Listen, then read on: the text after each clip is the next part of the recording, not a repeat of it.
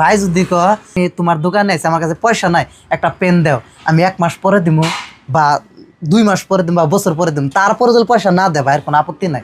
অন্য দোকানে 600 টাকা বিক্রি করে, কিন্তু আমি বিক্রি করব 500 টাকা। 500 টাকা গুণে যদি আমার লাভ হয় যদি 70 টাকা, উনি আমি 20 টাকা খামু আর 10 টাকা আমি অসহায় মানুষকে দিব।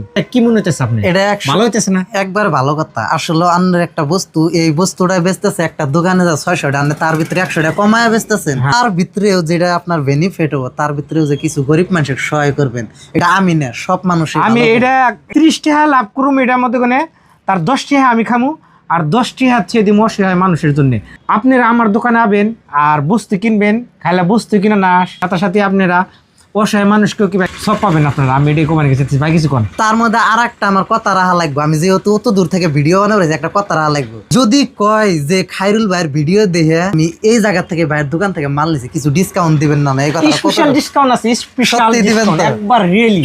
তাহলে আপনার কথা যদি কয় যে ভাই আমার কাছে টাকা নাই, কে আমার কাছে টাকা নেই, আমার কাপড় পছন্দ হয়েছে, এটা এমনি দিয়ে দিবেন। এমনি যদি যদি পরে যদি পয়সা যদি আমার দেয় দিব, আর যদি না দেয় গিফট। এর থেকে কোনো দোকানেই কব না। একজন ভাই যদি কয় যে খায়রুলের ভিডিও দেখে আমি তোমার দোকানে আছি, আমার কাছে পয়সা নাই, একটা পেন দাও, আমি 1 মাস পরে দিব বা 2 মাস পরে দিব বা বছর পরে দিব, তারপরে যদি পয়সা না দেয় ভাইয়ের কোনো আপত্তি নাই।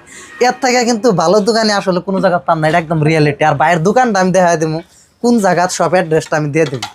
যদি জালুকবাড়ির সাইডে থেকে আহেন, আইএসবিটি না পাওয়ার আগে মানে রাস্তা ঢুকবো, ওই রাস্তাটা বিলার মার্কেট, বিলার নাম আছে। আর আইলে কিন্তু গ্লাস ফিট করা একটা দোকান পাবেন।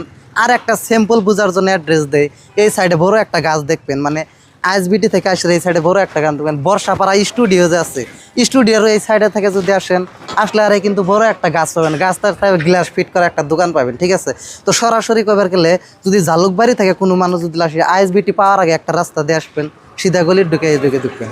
আর যদি আহেন বর্ষাপাড়া স্টুডিওর এই সাইড থেকে আহেন, তাহলে কিন্তু এই সাইড থেকে আইলেও গাছ একটা পাবেন, গাছটা ক্রস করেই ভাইয়ের দোকান পাবেন। ঠিক আছে।